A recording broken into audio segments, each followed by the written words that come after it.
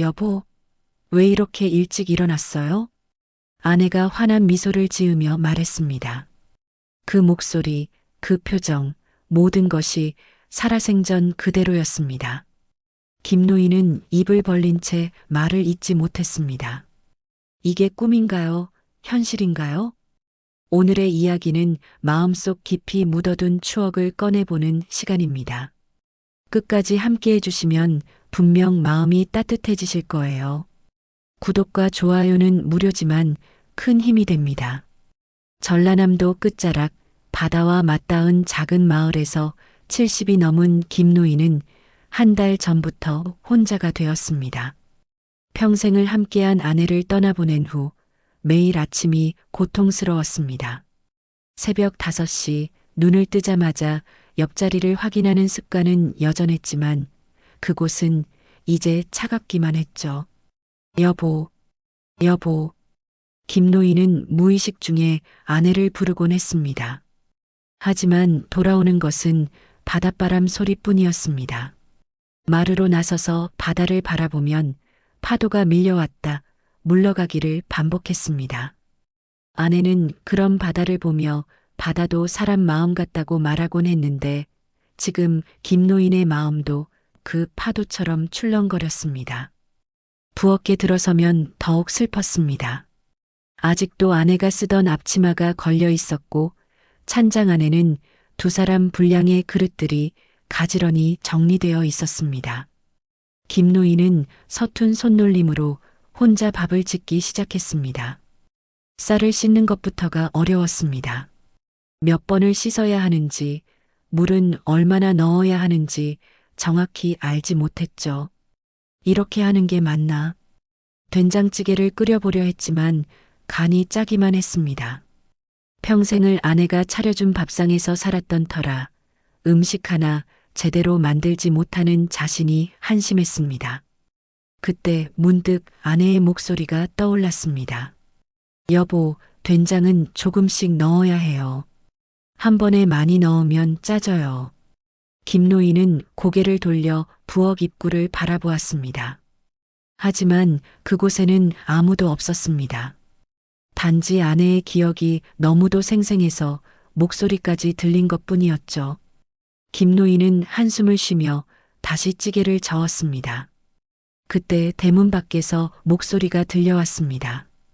김씨 아저씨, 계세요? 이웃집 박씨 아저씨였습니다. 김노인이 마루로 나가자 박씨 아저씨가 김치통을 들고 서 있었습니다. 아내가 김치를 담갔는데 너무 많이 담갔네요. 혼자 계시니 끼니 거르시는 거 아닌가 싶어서요. 고맙습니다. 이런 신경까지 써주시고. 김노인의 목소리에는 감사함과 동시에 쓸쓸함이 배어 있었습니다. 박씨 아저씨는 김노인의 표정을 살펴보더니 조심스럽게 말을 이었습니다. 아직도 힘드시죠? 그럴 만도 해요. 우리 마을에서 가장 금슬 좋은 부부셨는데. 김노인은 고개를 끄덕였습니다. 정말 그랬습니다. 마을 사람들이 모두 인정하는 금슬 좋은 부부였죠. 젊었을 때부터 한결같았습니다. 다른 남자들처럼 술자리에서 큰 소리치거나 바깥 일로 늦는 일도 없었고 아내 역시 집안일에만 전념하며 남편을 내조했습니다. 장례식 날 정말 많은 분들이 오셨잖아요. 부럽게도 평생 서로만 바라봤던 부부였다고 다들 그러시더라고요. 박씨 아저씨의 말에 김노인은 쓴웃음을 지었습니다. 그 말들이 위로가 되기도 했지만 동시에 더욱 외롭게 만들기도 했습니다. 그만큼 아내의 빈자리가 크다는 뜻이니까요. 점심시간이 되어서야 김노인은 제대로 된 한 끼를 먹을 수 있었습니다. 박씨 아저씨가 가져온 김치와 이웃들이 나눠준 반찬들로 밥상을 차렸지만 혼자 앉은 밥상은 너무도 넓어 보였습니다. 여보, 이 김치 정말 맛있네요. 김노인은 또다시 무의식 중에 아내에게 말을 걸었습니다. 그러고는 자신의 실수를 깨닫고 쓸쓸하게 웃었습니다. 평생의 습관이란 게 이렇게 무서운 것이었습니다. 아내가 없다는 것을 머리로는 알지만 몸과 마음은 아직 그 사실을 받아들이지 못하고 있었죠. 해가 저물어 가자 김노인은 마루에 앉아 바다를 바라보았습니다. 석양이 바다 위에 붉은 물결을 만들며 일렁이고 있었습니다. 이 풍경을 보면 항상 아내가 생각났습니다. 여보, 저 석양 좀 보세요. 얼마나 아름다운지 몰라요. 아내는 이런 풍경을 보며 항상 감탄했습니다. 그때마다 김노인은 그래요. 정말 곱네요라고 맞장구를 쳤지만 사실은 아내의 미소가 석양보다 더 아름답다고 생각했습니다. 주름이 늘어가면서도 여전히 소녀 같은 미소를 짓던 그 모습이 그리웠습니다. 밤이 깊어질수록 김노인의 마음도 더욱 무거워졌습니다. 잠자리에 누워서도 쉽게 잠들 수 없었습니다. 옆자리의 빈 공간이 너무도 커 보였고 이불을 당겨 덮어도 몸이 떨렸습니다. 추위 때문이 아니라 외로움 때문이었죠. 그때 바깥에서 파도 소리가 더욱 크게 들려왔습니다. 밤이 깊어갈수록 그 소리는 더욱 선명해졌고 김노인에게는 마치 아내의 목소리처럼 들리기도 했습니다. 아내는 잠들기 전에 항상 여보, 내일도 좋은 하루가 될 거예요 라고 말했는데 지금은 그 말을 해줄 사람이 없었습니다. 김노인은 천장을 바라보며 중얼거렸습니다. 여보, 정말 보고 싶소? 어떻게 이렇게 혼자 살아가라는 거요? 바닷바람이 창문을 흔들고 지나갔고 김노인의 첫 번째 홀로서기 하루가 그렇게 저물어 갔습니다. 내일도 모레도 이런 외로운 하루가 계속될 것이라는 생각에 김노인의 가슴은 더욱 답답해졌습니다. 아내를 잃은 지 열흘이 지났습니다. 김노인은 여전히 새벽마다 깨어나 옆자리를 확인하는 습관을 버리지 못했습니다. 그날도 마찬가지였죠. 새벽 4시경 바깥에서 불어오는 바닷바람이 유난히 세찼습니다. 창문을 두드리는 바람 소리에 잠을 설쳤던 김노인은 결국 잠자리에서 일어났습니다. 이 바람이 언제까지 불려나. 김노인은 창밖을 내다보며 중얼거렸습니다. 바다는 검푸른 색으로 일렁이고 있었고 하늘에는 먹구름이 가득했습니다. 비가 올 것 같았습니다. 아내가 살아있을 때라면 여보, 빨래 들여놓으세요 라고 말했을 텐데 이제는 그런 소소한 대화조차 나눌 수 없었습니다. 몸을 일으킨 김노인은 부엌으로 향했습니다. 어제 이웃에서 받은 반찬으로 간단히 아침을 해결하려 했죠. 부엌 문을 밀고 들어서는 순간 김노인의 발걸음이 멈췄습니다. 희미한 새벽 불빛 아래 누군가가 앉아 있었던 것입니다. 김노인은 눈을 비비며 다시 봤습니다. 분명히 누군가가 있었습니다. 등을 돌리고 앉아서 무언가를 하고 있는 모습이었죠. 김노인의 심장이 빠르게 뛰기 시작했습니다. 도둑일까요? 아니면 누군가 잘못 들어온 걸까요? 누구요? 김노인이 떨리는 목소리로 물었습니다. 그 순간 그 사람이 천천히 몸을 돌렸습니다. 김노인은 그 얼굴을 보는 순간 얼어붙었습니다. 그것은 죽은 아내의 얼굴이었습니다. 여보, 왜 이렇게 일찍 일어났어요? 아내가 환한 미소를 지으며 말했습니다. 그 목소리, 그 표정, 모든 것이 살아생전 그대로였습니다. 김노인은 입을 벌린 채 말을 잇지 못했습니다. 이게 꿈인가요? 현실인가요? 여보, 당신이 어떻게, 무슨 소리예요? 저 여기 있잖아요. 아내는 당연하다는 듯 말하며 다시 몸을 돌렸습니다. 그제야 김노인은 아내가 무엇을 하고 있었는지 알 수 있었습니다. 밥상을 차리고 있었던 것입니다. 김치를 작은 그릇에 담고 된장찌개를 끓이고 있었죠. 꿈이야. 분명 꿈일 거야. 김노인은 자신의 뺨을 꼬집어 봤습니다. 아팠습니다. 꿈이 아니었습니다. 그러면 이것은 무엇인가요? 환상인가요? 아니면 정말로 아내가 돌아온 것인가요? 김노인은 조심스럽게 한 걸음씩 다가갔습니다. 아내의 뒷모습이 점점 선명해졌습니다. 익숙한 앞치마, 익숙한 머리 모양, 모든 것이 기억 속 그대로였습니다. 심지어 아내가 좋아하던 꽃무늬 저고리까지 입고 있었습니다. 여보, 김노인이 조심스럽게 불렀습니다. 아내가 다시 돌아봤습니다. 왜 그래요? 얼굴이 하얗게 질렸네요. 아내의 목소리는 평소와 다름없었습니다. 걱정스러운 표정으로 김노인을 바라보는 모습도 예전 그대로였죠. 김노인은 용기를 내어 손을 뻗어봤습니다. 아내의 어깨에 손을 올려봤는데 놀랍게도 그 손은 따뜻했습니다. 따뜻해. 정말 따뜻해. 김노인의 눈에서 눈물이 흘러내렸습니다. 꿈이든 환상이든 상관없었습니다. 아내가 다시 곁에 있다는 것만으로도 충분했습니다. 여보, 울지 마세요. 제가 아침 준비 다 할 테니까 씻고 오세요. 아내는 다정한 목소리로 말했습니다. 김노인은 고개를 끄덕이며 세면대로 향했습니다. 찬물로 얼굴을 씻으면서도 계속 부엌 쪽을 힐끗힐끗 바라봤습니다. 혹시 아내가 사라질까봐 불안했거든요. 하지만 아내는 여전히 그곳에 있었습니다. 능숙한 손놀림으로 밥상을 차리고 있었죠. 김치를 작은 접시에 정갈하게 담고 된장찌개 간을 맞춰보고 멸치볶음까지 만들고 있었습니다. 모든 것이 평소와 똑같았습니다. 자, 여보, 밥 드세요. 아내가 밥상을 차려놓고 김노인을 불렀습니다. 김노인은 떨리는 마음으로 밥상 앞에 앉았습니다. 아내도 맞은편에 앉았습니다. 꼭 예전처럼 말이죠. 어서 드세요. 식기 전에요. 김노인은 숟가락을 들었습니다. 된장찌개를 한 입 떠먹어 봤는데 그 맛이 정확히 아내가 끓여주던 그 맛이었습니다. 간이 딱 맞았고 구수한 멸치 육수 맛이 입안에 퍼졌습니다. 맛있어요. 정말 맛있어요. 김노인의 목소리가 떨렸습니다.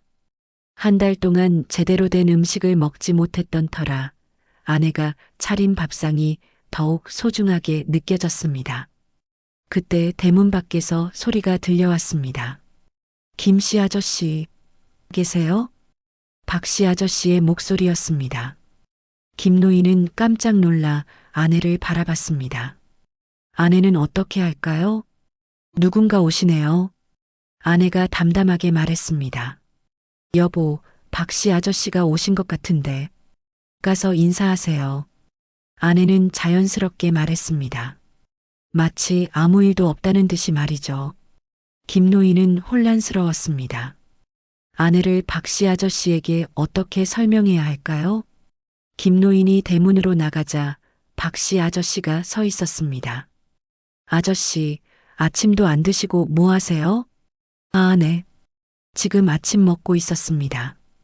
그래요? 혼자 드시기 힘드실 텐데. 우리 집에 와서 같이 드실래요? 박씨 아저씨의 제안에 김노인은 당황했습니다. 지금 집안에는 아내가 있는데 어떻게 설명해야 할까요? 고맙지만 괜찮습니다. 아침은 이미 차려져 있어서요.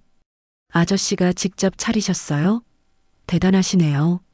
김노인은 애매하게 웃으며 고개를 끄덕였습니다. 박씨 아저씨는 잠시 더 이야기를 나누다가 돌아갔습니다. 김노인이 다시 부엌으로 들어가자 아내가 여전히 그 자리에 앉아 있었습니다. 다녀오셨어요? 아내의 목소리가 들렸습니다. 김노인은 안도의 한숨을 쉬었습니다. 사라지지 않았구나. 하지만 동시에 의문이 들었습니다. 이 모든 상황이 과연 현실일까요? 아침을 함께 먹은 후 김노인은 여전히 믿기지 않는 표정으로 아내를 바라보았습니다. 아내는 평소와 다름없이 설거지를 하고 있었죠. 찬물에 그릇을 헹구는 소리, 수세미로 문지르는 소리, 모든 것이 생생했습니다. 여보, 정말 당신이 맞소? 김노인이 떨리는 목소리로 물었습니다. 아내는 고개를 돌려 김노인을 바라봤습니다. 그 눈빛에는 따뜻함이 가득했습니다. 무슨 이상한 소리예요? 물론 저예요. 그런데 당신은 김노인은 말을 잇지 못했습니다. 죽었다는 말을 어떻게 입에 담을 수 있겠습니까? 아내는 김노인의 어색한 표정을 보며 미소를 지었습니다. 여보, 혹시 어디 아파요? 얼굴 색이 안 좋아 보이는데요. 김노인은 고개를 저었습니다. 아프긴요. 마음이 너무 벅차서 미칠 것 같았습니다. 기쁨과 동시에 혼란이 몰려왔거든요. 김노인은 용기를 내어 아내의 손을 잡아봤습니다. 그 손은 확실히 따뜻했고 살아있는 사람의 손이었습니다. 따뜻해. 정말 따뜻해요. 김노인의 눈에서 또다시 눈물이 흘러내렸습니다. 아내는 당황한 표정으로 김노인의 눈물을 닦아주었습니다. 여보, 왜 이렇게 우세요? 무슨 일 있었어요? 아니에요. 그냥 당신이 너무 보고 싶었어요. 이상한 사람이네요. 제가 어디 간 것도 아닌데요. 아내의 말에 김노인은 더욱 혼란스러웠습니다. 아내는 정말로 자신이 죽었다는 사실을 모르는 것 같았습니다. 아니면 일부러 모르는 척하는 걸까요? 그날 오후 김노인은 아내와 함께 마루에 앉아 바다를 바라보았습니다. 햇살이 따스하게 내리쬐고 바닷바람이 시원하게 불어왔습니다. 예전과 똑같은 평범한 일상이었습니다. 여보, 저 갈매기들 좀 보세요. 얼마나 자유로운지 몰라요. 아내가 하늘을 나는 갈매기들을 가리키며 말했습니다. 김노인도 따라서 하늘을 올려다봤습니다. 하얀 갈매기들이 파란 하늘을 자유롭게 날아다니고 있었죠. 그러게요. 참 자유로워 보이네요. 김노인은 대답했지만 마음 한구석에서는 여전히 의심이 들었습니다. 이 모든 것이 현실일까요? 혹시 자신이 정신을 잃은 것은 아닐까요? 그때 대문 앞에서 익숙한 목소리가 들려왔습니다. 김씨 아저씨, 잠깐만 나와보세요. 박씨 아저씨였습니다. 김노인은 아내를 바라봤습니다. 아내는 자연스럽게 고개를 끄덕였습니다. 가보세요. 무슨 일인지. 김노인이 대문으로 나가자 박씨 아저씨가 심각한 표정으로 서 있었습니다. 옆에는 마을 이장님도 함께 있었습니다. 아저씨, 혹시 요즘 이상한 일 없으세요? 박씨 아저씨가 조심스럽게 물었습니다. 김노인의 가슴이 두근거렸습니다. 이상한 일이요? 아니, 그게 어젯밤에 최신의 할머니가 그러시는데 이 집에서 여자 목소리가 들렸다고 하시더라고요.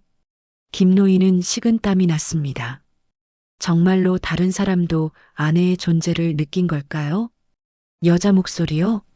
네. 분명히 여자가 말하는 소리가 들렸다고 하시네요. 혹시 누가 와 계신가요? 이장님이 관심 있는 표정으로 김노인을 바라봤습니다. 김노인은 어떻게 대답해야 할지 몰랐습니다. 진실을 말하면 믿을까요? 그냥 텔레비전 소리였을 거예요. 텔레비전이요? 그런데 최신의 할머니 말로는 대화하는 소리 같았다고 하시던데요. 박씨 아저씨가 의심스러운 눈으로 김노인을 바라봤습니다. 김노인은 당황해서 대답을 제대로 하지 못했습니다. 그럴 리가요. 저 혼자 사는데. 그래도 한번 확인해 봐도 될까요? 혹시 도둑이 들었을 수도 있잖아요. 이장님이 말했습니다. 김노인은 거절할 수 없었습니다. 마을 이장님의 말을 무시할 수는 없었거든요. 그럼 잠깐만요. 김노인은 다시 집 안으로 들어갔습니다. 부엌에 있던 아내에게 급하게 말했습니다. 여보, 이장님이 집을 확인하고 싶어 하시네요. 어떻게 하지요? 확인하시게 하세요. 뭐가 문제예요? 아내는 태연하게 말했습니다. 김노인은 더욱 당황했습니다. 다른 사람들에게 아내가 보일까요? 아니면 자신에게만 보이는 걸까요? 김노인이 이장님과 박씨 아저씨를 집 안으로 안내했습니다. 두 사람은 거실을 둘러본 후 부엌으로 향했습니다. 김노인의 심장이 빠르게 뛰었습니다. 부엌에 들어서자 아내가 여전히 그곳에 서 있었습니다. 설거지를 마저 하고 있었죠. 김노인은 이장님과 박씨 아저씨의 반응을 주시했습니다. 누구세요? 박씨 아저씨가 놀란 목소리로 물었습니다. 김노인은 안도의 한숨을 쉬었습니다. 다른 사람들에게도 아내가 보이는 거였습니다. 아내가 고개를 돌려 인사했습니다. 안녕하세요. 김노인의 아내입니다. 이장님과 박씨 아저씨는 서로를 바라보며 당황했습니다. 분명히 장례식에서 본 사람이었거든요. 그런데 분명히 박씨 아저씨가 말을 더듬었습니다. 김노인은 어떻게 설명해야 할지 몰라 입만 벌리고 있었습니다. 분명히 장례식에서 이장님의 말에 아내가 고개를 갸웃했습니다. 장례식이요? 무슨 장례식 말씀이세요? 아니, 그게 당신 장례식 말이에요. 박씨 아저씨가 조심스럽게 말했습니다. 아내는 웃으며 고개를 저었습니다. 무슨 말씀이세요? 제가 여기 멀쩡히 살아있는데요. 그 순간 부엌에는 이상한 정적이 흘렀습니다. 모든 사람이 당황한 표정으로 서로를 바라보고 있었습니다. 김노인은 이 상황을 어떻게 설명해야 할지 막막했습니다. 이장님과 박씨 아저씨가 돌아간 후 집안에는 묘한 긴장감이 감돌았습니다. 김노인은 아내를 바라보며 수많은 의문들이 머릿속을 맴돌았습니다. 분명히 장례식을 치렀는데 어떻게 아내가 여기 있을 수 있을까요? 여보, 아까 그분들이 무슨 이상한 말을 하던데요? 아내가 자연스럽게 물었습니다. 김노인은 어떻게 대답해야 할지 몰랐습니다. 아내는 정말로 자신이 죽었다는 사실을 모르는 것 같았거든요. 그냥 착각이셨나 봐요. 김노인은 애매하게 대답했습니다. 하지만 마음 한구석에서는 불안감이 자라나고 있었습니다. 뭔가 이상했습니다. 아내의 행동 중에 평소와 다른 점들이 하나둘씩 눈에 띄기 시작했거든요. 저녁 준비를 하는 아내를 지켜보던 김노인은 이상한 점을 발견했습니다.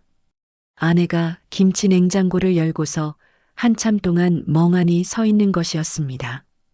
여보, 뭘 찾고 있소? 김치를 꺼내려고 했는데 아내는 당황한 표정으로 대답했습니다. 하지만 김치는 냉장고 맨 앞쪽에 놓여 있었습니다. 평소라면 바로 찾을 수 있는 곳이었죠. 여기 있지 않소? 김노인이 김치통을 꺼내주자 아내는 어색하게 웃었습니다. 아, 맞네요. 깜빡했어요. 김노인은 고개를 갸웃했습니다.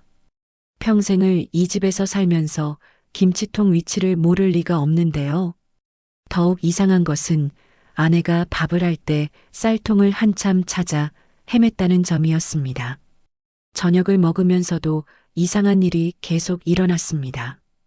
아내가 평소에 좋아하던 나물 무침을 남기는 것이었습니다. 여보, 나물 안 드시오? 평소에 그렇게 좋아하시는데. 오늘은 별로 당기지 않네요. 아내는 시원하게 대답했지만 김노인에게는 낯설었습니다.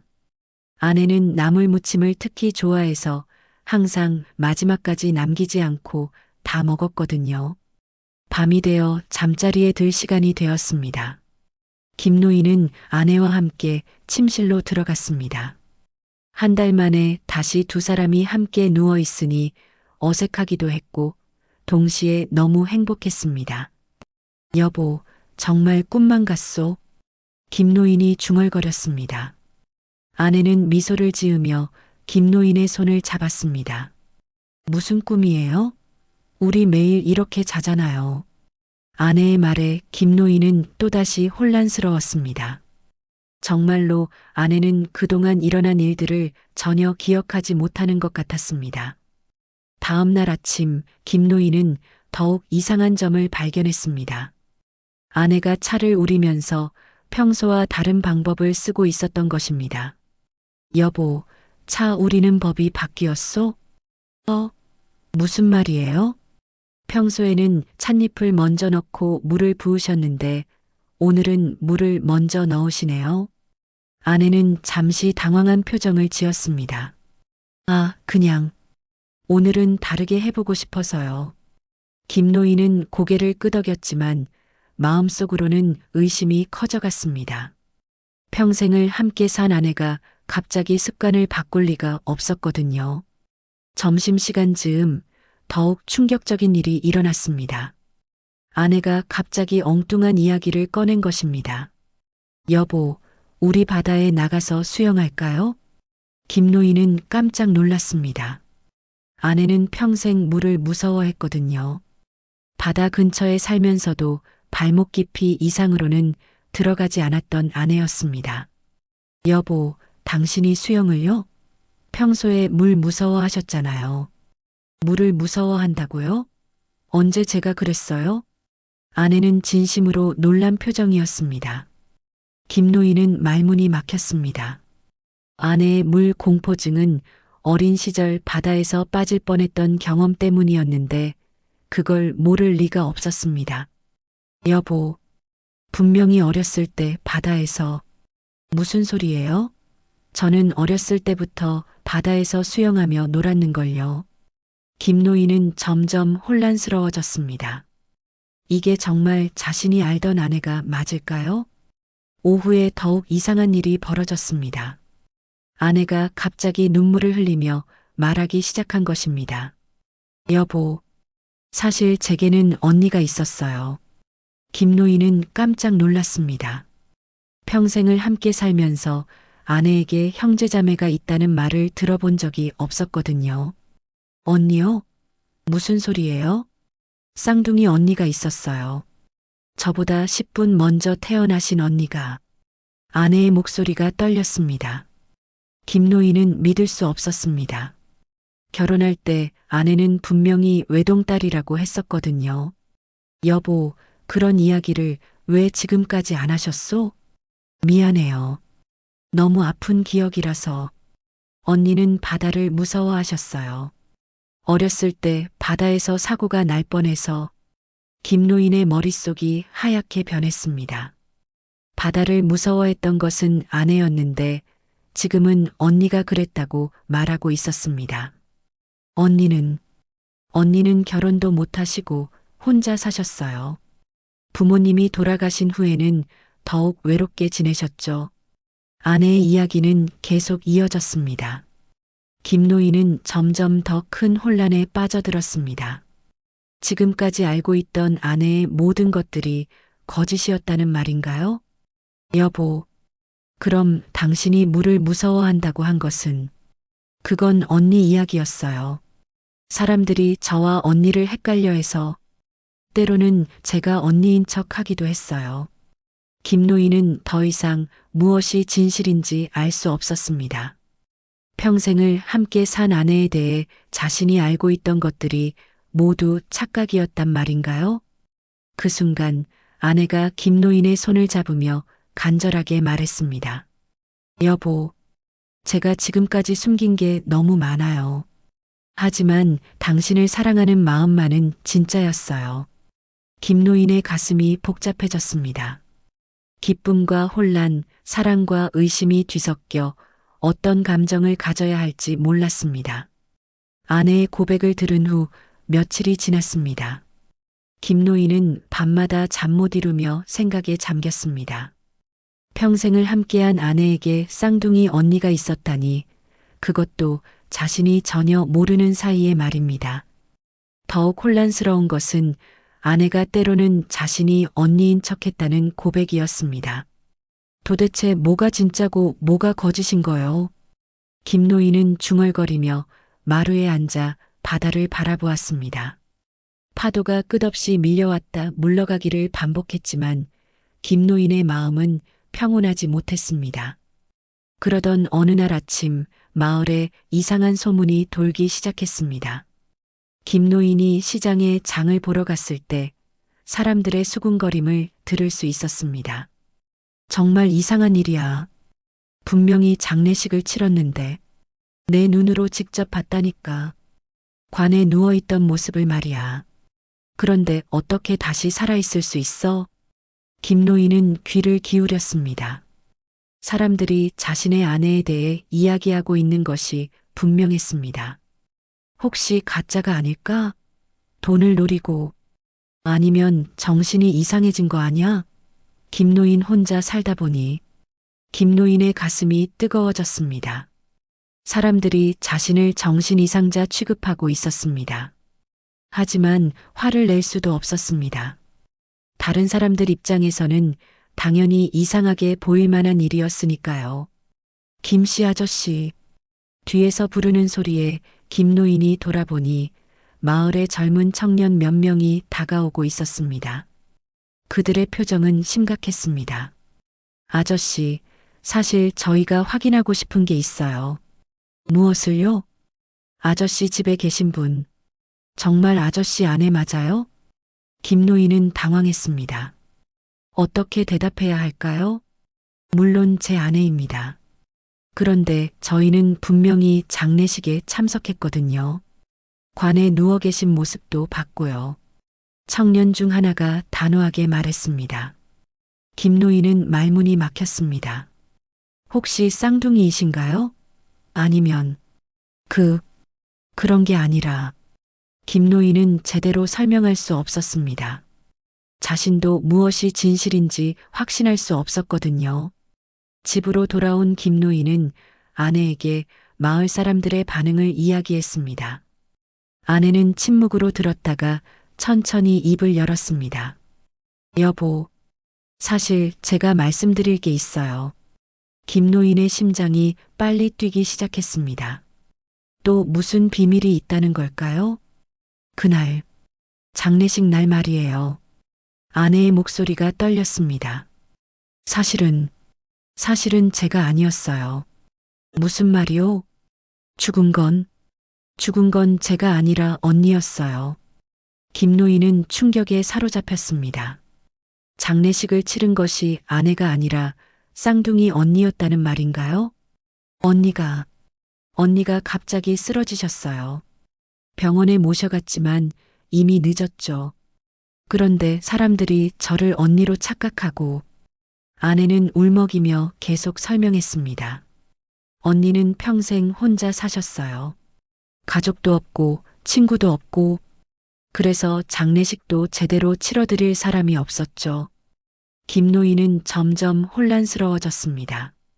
그래서 제가 언니 대신 장례식에 누워 있었어요. 사람들이 언니를 제대로 떠나보낼 수 있도록. 그럼 당신은 어떻게? 마지막 순간에 도망쳤어요. 화장되기 전에. 김노인은 믿을 수 없었습니다. 그런 일이 가능할까요? 여보, 미안해요. 당신에게 말씀드리지 못해서. 하지만 언니를 그냥 버릴 수는 없었어요. 아내의 눈물을 보며 김노인은 마음이 복잡해졌습니다. 아내의 마음은 이해할 수 있었지만 그로 인해 벌어진 상황들이 너무 복잡했습니다. 며칠 후 상황은 더욱 심각해졌습니다. 마을 사람들의 의심이 확산되면서 경찰서에서 연락이 왔습니다. 사망 신고와 관련해서 조사를 해야 한다는 것이었습니다. 김노인 씨, 혹시 사망 신고를 허위로 신고하신 건 아닙니까? 경찰관의 질문에 김노인은 어떻게 대답해야 할지 몰랐습니다. 아내의 이야기가 사실이라면 사망한 것은 처제였는데 아내로 신고된 셈이었습니다. 그게 주민등록상으로는 부인이 사망하신 것으로 되어 있는데 지금 집에 계신다고 하니 문제가 됩니다. 김노인은 냉땀을 흘렸습니다. 법적으로도 문제가 될 상황이었습니다. 한편 마을에서는 소문이 더욱 확산되었습니다. 어떤 사람들은 김노인이 보험금을 노린 것이라고 의심했고 또 어떤 사람들은 귀신이 나타난 것이라고 믿었습니다.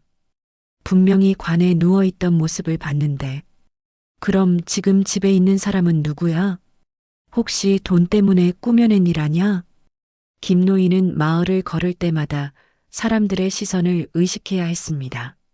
수군거리는 소리들이 귓가에 맴돌았고 때로는 노골적으로 의심하는 눈빛을 받아야 했습니다. 더욱 심각한 것은 친척들이 나타나기 시작한 것이었습니다. 평소에 연락도 하지 않던 먼 친척들이 갑자기 찾아와서 재산 문제를 거론했습니다. 김노인 씨, 부인이 돌아가셨다고 해서 상속 문제도 정리해야 하는 거 아닙니까? 지금 살아있다고 하면 그동안 처리한 일들은 어떻게 되는 거예요? 친척들의 말에 김노인은 머리가 어지러웠습니다. 단순히 아내가 돌아온 것만으로도 복잡한데 법적인 문제와 재산 문제까지 얽혀 있었습니다. 여보, 우리 어떻게 해야 할까요? 그날 밤 김노인은 아내에게 물었습니다. 아내도 걱정스러운 표정이었습니다. 미안해요, 여보. 제 잘못으로 이런 일이. 아니에요. 언니분을 위한 마음이었잖아요. 하지만 이제 어떻게 해야 할지. 두 사람은 밤늦게까지 이야기를 나눴지만 뚜렷한 해결책을 찾을 수 없었습니다. 진실을 말하자니 더 큰 혼란이 올 것 같았고 숨기자니 의심만 더 커갈 것 같았습니다. 마을의 시선과 법적인 문제, 그리고 친척들의 압박까지 김노인 부부는 점점 더 큰 위기 상황으로 빠져들고 있었습니다. 마을의 의심과 법적 문제가 점점 심각해지던 어느 날 김노인은 더 이상 참을 수 없었습니다. 아내를 마주 앉히고 진실을 모두 털어놓으라고 다그쳤습니다. 여보, 이제 모든 것을 말해주시오. 더 이상 숨길 수 없소. 김노인의 목소리에는 간절함이 배어 있었습니다. 아내는 한참 동안 망설이다가 결국 고개를 끄덕였습니다. 알았어요. 모든 걸 말씀드릴게요. 아내는 깊은 한숨을 쉬며 입을 열었습니다. 사실 저와 언니는 어릴 때부터 서로 바뀌어 살 때가 많았어요. 김노인은 조용히 아내의 말을 들었습니다. 부모님은 언니를 더 예뻐하셨어요. 저는 항상 언니 그늘에 가려진 존재였죠. 그래서 때로는 제가 언니인 척하고 언니가 저인 척했어요. 아내의 목소리가 떨렸습니다. 결혼할 때도 그랬어요. 사실 당신이 먼저 좋아하신 건 언니였어요. 김노인은 깜짝 놀랐습니다. 무슨 소리요? 내가 처음 만난 건 당신이었는데. 아니에요. 그때 당신을 만난 건 언니였어요. 하지만 언니는 결혼을 원하지 않으셨어요. 그래서 제가 언니인 척하고 당신과 만나기 시작했죠. 김노인의 머릿속이 하얗게 변했습니다. 그럼 자신이 평생 사랑했던 사람은 누구였단 말입니까? 처음에는 그냥 언니를 도우려는 마음이었어요. 하지만 시간이 지나면서 정말로 당신을 사랑하게 되었어요. 아내의 눈에서 눈물이 흘러내렸습니다. 결혼 후에도 가끔 언니와 바뀌었어요. 당신이 출장 갈 때나 바쁠 때 언니는 혼자 사는 게 외로우셨거든요. 김노인은 충격에 말을 잇지 못했습니다. 그동안 자신이 알고 있던 모든 것들이 거짓이었다는 말입니까? 그럼 내가 사랑한 사람은 대체 누구였소? 저예요. 진짜 저예요. 비록 처음 시작은 언니 대신이었지만 당신과 함께한 모든 순간들은 진짜 제가 함께했어요. 아내는 김노인의 손을 잡으며 간절하게 말했습니다. 여보, 저를 믿어주세요. 당신을 사랑하는 마음만은 거짓이 아니에요. 김노인은 복잡한 감정에 휩싸였습니다. 배신감과 동시에 안도감이 밀려왔습니다. 적어도 함께 산 시간들은 진짜였다는 것이니까요. 그럼 장례식 그날은 어떻게 된 거요? 언니가 갑자기 쓰러지셨어요. 심장마비였어요. 병원에 모셔갔지만 이미 늦었죠. 아내는 흐느끼며 계속 설명했습니다. 사람들이 언니를 저로 착각했어요. 너무나 닮았으니까. 그래서 저는 언니의 장례식을 제 이름으로 치렀어요. 그런데 어떻게 관해서 마지막 순간에 몰래 빠져나왔어요. 화장되기 직전에 김노인은 아내의 이야기를 들으며 점점 이해하기 시작했습니다. 쌍둥이 자매의 복잡한 삶, 그리고 서로를 위한 희생. 언니는 평생을 저를 위해 살으셨어요. 아내의 목소리가 더욱 떨렸습니다. 제가 결혼해서 행복하게 사는 동안 언니는 혼자서 외롭게 지내셨어요. 가끔 제 대신 당신과 시간을 보내는 것이 언니에게는 유일한 행복이었어요. 김노인은 그제야 아내의 마음을 이해할 수 있었습니다. 언니에 대한 죄책감, 그리고 사랑하는 사람을 속였다는 죄책감까지. 여보, 미안해요. 정말 미안해요. 아내가 김노인의 앞에 무릎을 꿇었습니다. 당신을 속였다는 게 너무 괴로웠어요. 하지만 언니를 버릴 수는 없었어요. 김노인은 아내를 일으켜 세우며 말했습니다. 이제 됐소. 모든 걸 이해했소. 김노인의 마음에는 이상하게도 평화가 찾아오고 있었습니다. 복잡하고 혼란스러웠지만 적어도 진실을 알게 된 것만으로도 다행이었습니다. 그럼 이제 어떻게 하지요? 아내가 불안한 목소리로 물었습니다. 사람들에게 진실을 말해야겠소. 김노인의 말에 아내는 깜짝 놀랐습니다. 하지만 그러면 더 복잡해질 거예요. 아니요. 이제 숨길 게 없소. 당신이 살아있다는 것, 그것만으로도 충분하오. 김노인은 아내의 손을 꽉 잡았습니다. 비록 처음 시작이 복잡했지만 우리가 함께한 시간들은 모두 진짜였소.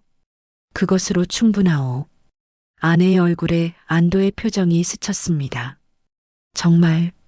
정말 괜찮을까요? 물론이요. 이제 더 이상 비밀은 없소. 우리는 당당하게 살 수 있소. 그날 밤 두 사람은 오랜만에 평온한 잠자리에 들었습니다. 진실을 털어놓은 후 마음이 한결 가벼워졌거든요. 다음 날 아침 김노인은 결심을 굳혔습니다. 마을 사람들 앞에서 모든 진실을 밝히기로 한 것입니다. 여보, 준비됐소? 네, 이제 더 이상 숨기고 싶지 않아요. 아내도 각오를 다진 표정이었습니다. 김노인은 마을 이장을 찾아가서 마을 사람들을 모아달라고 부탁했습니다. 모든 것을 해결할 시간이 온 것입니다. 오늘 모든 것을 정리하겠소. 김노인의 목소리에는 확신이 담겨 있었습니다. 이제 더 이상 도망치지 않기로 했습니다. 진실과 마주하고 그 결과를 받아들일 준비가 되었습니다. 마을 사람들이 하나둘 모여들기 시작했습니다. 김노인과 아내는 손을 맞잡고 그들을 기다렸습니다. 드디어 모든 비밀이 밝혀질 순간이 다가오고 있었습니다. 마을 회관에 사람들이 하나둘 모여들었습니다. 이장님을 비롯해 박씨 아저씨, 그리고 평소 김노인과 가까웠던 이웃들이 자리를 잡았습니다. 멀리서 온 친척들도 눈에 띄었고 심지어 경찰관까지 참석했습니다. 모든 사람의 얼굴에는 호기심과 의심이 뒤섞인 표정이 역력했습니다. 김노인은 아내와 함께 사람들 앞에 섰습니다. 아내의 손이 미세하게 떨리는 것을 느낄 수 있었지만 김노인은 오히려 마음이 차분했습니다. 이제 모든 것을 끝낼 시간이었습니다. 여러분, 오늘 저를 이렇게 불러 모아주셔서 감사합니다. 김노인의 목소리는 떨리지 않았습니다. 사람들은 숨을 죽이고 그의 말을 기다렸습니다. 여러분이 궁금해하시는 것에 대해 모든 것을 말씀드리겠습니다. 박씨 아저씨가 먼저 입을 열었습니다. 김씨, 도대체 어떻게 된 일인가? 우리는 분명히 부인의 장례식에 참석했는데 맞습니다. 장례식은 있었습니다. 김노인의 대답에 사람들이 웅성거렸습니다. 하지만 죽은 분은 제 아내가 아니었습니다. 그럼 누구였단 말인가? 이장님이 의아한 표정으로 물었습니다. 제 처제였습니다. 아내의 쌍둥이 언니 말입니다. 회가 나니 순간 조용해졌습니다. 사람들은 서로를 바라보며 당황한 기색을 숨기지 못했습니다. 쌍둥이 언니라고? 네. 저도 최근에야 알게 되었습니다. 김노인은 차근차근 설명하기 시작했습니다. 아내에게 쌍둥이 언니가 있었다는 것, 그리고 두 사람이 때로는 서로 바뀌어 살았다는 것까지. 그럼 당신이 결혼한 건 누구란 말인가? 먼 친척 중 하나가 날카롭게 물었습니다. 제 아내입니다. 비록 복잡한 사정이 있었지만 평생을 함께한 사람은 분명히 제 아내였습니다. 김노인의 목소리에는 확신이 담겨 있었습니다. 하지만 사람들이 착각할 만큼 닮았다면 어떻게 구별하느냐는 말인가? 사랑하는 사람은 알 수 있습니다. 김노인의 대답에 몇몇 사람들이 고개를 끄덕였습니다. 그때 경찰관이 입을 열었습니다. 그렇다면 사망신고는 잘못된 것입니까? 법적으로 문제가 될 수 있습니다. 그 점은 제가 책임지겠습니다. 김노인이 단호하게 말했습니다. 하지만 고의는 아니었습니다. 병원에서도 사람들도 모두 제 아내로 착각했거든요. 그래도 허위 신고에 해당할 수. 잠깐. 그때 아내가 나섰습니다. 지금까지 조용히 있던 아내가 처음으로 입을 연 것입니다. 제가 설명드리겠습니다. 아내의 목소리는 떨렸지만 분명했습니다. 언니는 평생을 혼자 사셨습니다. 가족도 친구도 없이 외롭게 지내셨어요. 사람들이 조용히 아내의 말을 들었습니다. 제가 결혼해서 행복하게 사는 동안 언니는 늘 그늘에 가려진 삶을 사셨어요. 그래서 가끔 제 자리를 대신해 주시곤 했죠. 무슨 뜻인가? 남편이 바쁠 때, 제가 몸이 아플 때, 언니가 저 대신 집안일을 도와주셨어요. 김노인은 아내의 말을 들으며 고개를 끄덕였습니다. 그제야 이해되는 부분들이 있었습니다. 언니가 갑자기 돌아가셨을 때 사람들이 저로 착각했어요. 너무 닮았으니까요. 아내의 목소리가 점점 커졌습니다. 저는 언니를 그냥 무용고자로 보낼 수 없었어요. 평생 저를 위해 희생하신 분인데, 그래서 장례식을 치른 건가? 이장님이 물었습니다. 네. 언니를 제 이름으로 떠나보냈습니다. 그게 제가 언니를 위해 할 수 있는 마지막 일이었어요. 회가 나니 다시 조용해졌습니다. 사람들의 얼굴에서 의심이 조금씩 사라지고 있었습니다. 그럼 지금까지 숨어 있었던 건가? 아니에요. 저는 여기 있었어요. 다만 사람들이 제가 죽은 줄 알고 있어서. 박씨 아저씨가 고개를 끄덕였습니다. 그러고 보니 목소리도 들렸고, 네. 저는 계속 여기 있었어요. 그때 친척 중 한 명이 날카롭게 말했습니다. 하지만 이런 식으로 속인 건 문제가 있지 않나? 재산 문제도 있고. 김노인의 얼굴이 굳어졌습니다. 재산이요? 무슨 재산 말입니까? 부인이 죽었다고 해서 상속 절차를 밟았는데 그런 건 모두 되돌리겠습니다. 김노인이 단호하게 말했습니다. 저희에게는 큰 재산도 없습니다. 이 집과 작은 땅떼기뿐이에요. 그래도 법적인 문제는 제가 해결하겠습니다. 김노인이 일어서며 큰 소리로 말했습니다. 여러분, 저는 평생을 이 마을에서 살았습니다. 거짓말로 여러분을 속인 적도 없고 나쁜 일을 한 적도 없습니다. 사람들이 김노인을 바라봤습니다. 이번 일도 고의가 아니었습니다. 단지 사랑하는 사람을 위한 일이었을 뿐입니다. 김노인의 목소리가 점점 커졌습니다. 죽은 이는 제 처제입니다. 하지만 평생을 함께한 이는 제 아내입니다. 제가 사랑하는 사람은 이 사람뿐입니다. 김노인이 아내의 손을 꽉 잡았습니다. 여러분이 어떻게 생각하시든 저는 이 사람과 함께 살겠습니다. 당당하게, 떳떳하게 말입니다. 회관안이 조용해졌습니다. 김노인의 진심이 담긴 외침이 사람들의 마음에 울렸습니다. 잠시 후 박씨 아저씨가 일어났습니다. 김씨, 복잡한 사정이 있었구만. 네. 하지만 부부의 정은 진짜였던 거지? 물론입니다. 박씨 아저씨가 고개를 끄덕였습니다. 그럼 됐네. 우리가 뭘 더 따질 게 있나? 다른 사람들도 하나둘 고개를 끄덕이기 시작했습니다. 김노인 부부의 진심이 전해진 것입니다. 마을 회관에서의 고백 이후 석 달이 흘렀습니다.